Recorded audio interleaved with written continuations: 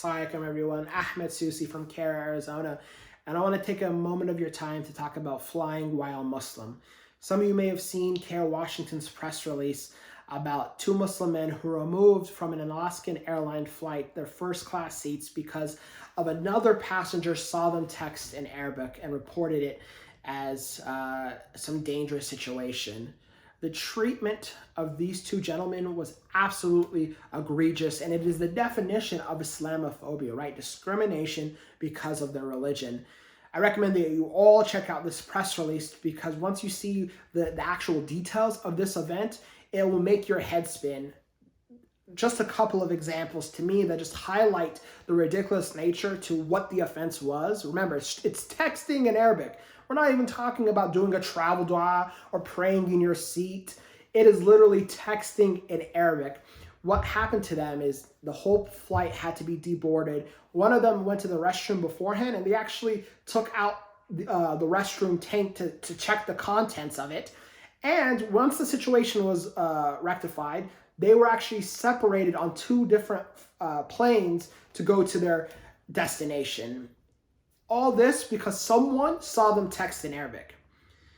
Islamophobia has so much power, and the narrative is so strong that we have to be vigilant in fighting it. We have the absolute right to not be discriminated on an airplane because of your race, religion, national origin. So a pilot or a flight attendant can't remove you just because of that. What we see here, though, is the good faith belief of there's a risk or there's some sort of danger.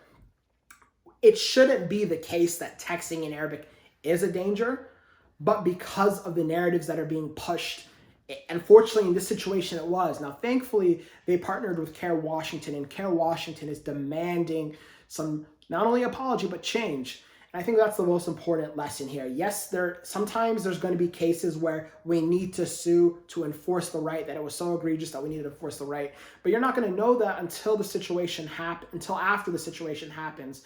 So what I ask is that whenever you run into a situation like this, document everything.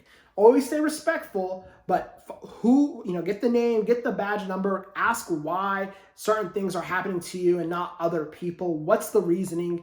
And if you can, document it with video footage, right? You want to have this paper trail, not only on the chances that we can sue, not only because the Department of Transportation and airlines have consumer complaint forms, but so us can know what's happening, right? If these two people kept the situation to themselves, which I know is which is something that we do. I understand that sometimes with traumatic events like this, we don't want to complain. We don't want, everyone in our business. But because they contacted CAIR Washington, their story now has a national platform. Go on social media right now and do the hashtag, either flying while Muslim or Alaskan Airlines, and you'll see countless of Muslims and non-Muslims demanding that Alaskan Airlines change their procedures and apologize for what they did.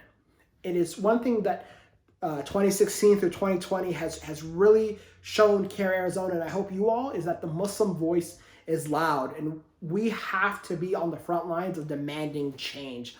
Another aspect is our allies, right? The Muslim ban, within the hours of the Muslim ban being signed, so many people were in airports saying we're not going to allow this to happen to our brothers and sisters. So putting the word out might seem like, everyone's in my business, but it's the only way we find these things out. The second thing is contact your local CAIR chapter. If you don't have a CAIR chapter in your state, if you're watching this from out of state, call CAIR National, right? We need to get this information so we could put out reports to show that flying while Muslim is still a real thing. Just this year, so many chapters put complaints out, and you got to remember, we're in the middle of a pandemic, right? People aren't even supposed to be flying anyway, but there are still situations where the airport security, the FBI, TSA still find a way to pick out on Muslims. So I wanted to make this video just to remind you all that you have these rights. The most important thing is to document everything. So when you call us, we can find what the best resource to help you. It might be an actual lawsuit. Sometimes, though, it might be a consumer complaint. Sometimes it's, like I said, the pressure by the Muslim community demanding an apology. The one thing that I think is so overlooked is how this affects companies, right?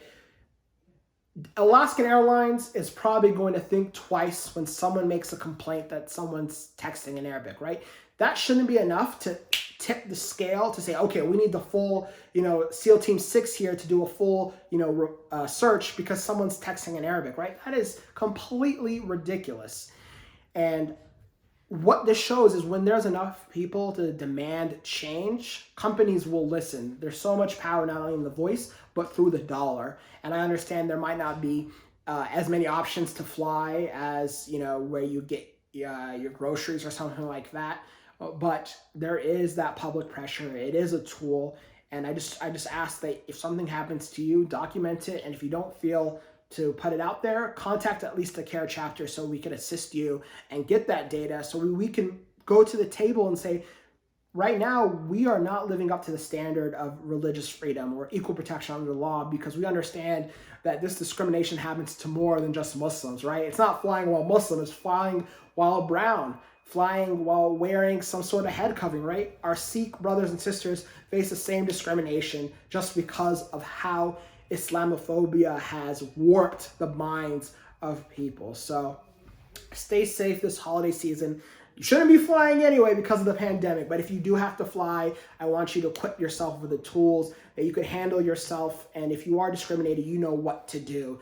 There'll be a link in this description where we'll put our CAIR Know Your Rights information, and if you find yourself in a situation, contact us. We're here for you. Thank you so much. Masalama.